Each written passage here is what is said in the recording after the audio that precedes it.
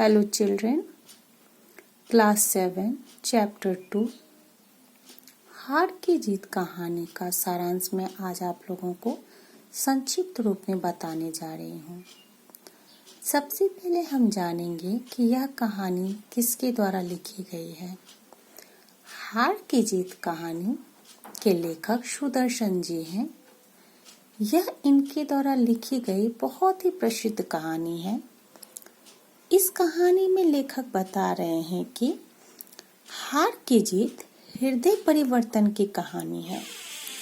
इसमें बाबा भारती के अद्भुत एवं तीव्र गति तथा मनोहारी रूप वाले सुल्तान नाम के घोड़े पर डाकू खड़क सिंह का मन आ जाता है और युक्ति पूर्वक वह घोड़े को ले भागता है।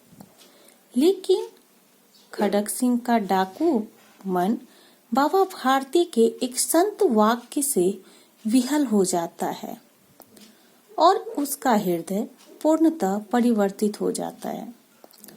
वह बाबा भारती को घोड़ा वापस लौटा देता है। इस प्रकार बाबा भारती की हार जीत में बदल जाती है और खड़क सिंह की जीत हार में। एक गांव में छोटे से मंदिर में एक संत रहते थे। उनका नाम बाबा भारती था। उनके पास एक घोड़ा था जिसका नाम सुल्तान था। वे उसे बहुत प्यार करते थे और उसके बिना नहीं रह सकते थे। उस इलाके में खड़क सिंह नाम का एक डाकू रहता था। उसने लोगों से सुल्तान की बहुत ही प्रशंसा सुनी और उसे देखने के लिए उसके मालिक बाबा भारती के पास चले गए। उसे वह घोड़ा बहुत ही अच्छा लगा।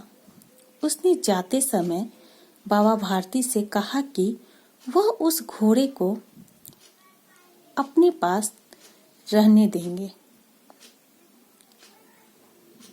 बाबा भारती इस धमकी से डर गए और कई महीनों तक रात को अस्तबल में घोड़े की रखवाली करते रहे। अस्तबल का अर्थ होता है जहाँ पे घोड़ा को रखा जाता है।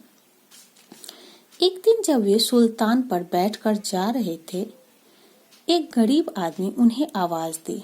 वह अपाहिज था।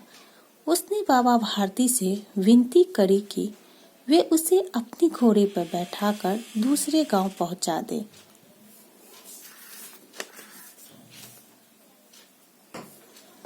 बाबा भारती ने उसे घोड़े पर सवार कर दिया और स्वयं लगाम पकड़कर चलने लगे। सहसा उनके हाथ से लगाम छूट गई। उन्होंने देखा कि वह आदमी घोड़े को तेजी से भगाए ले जा रहा है।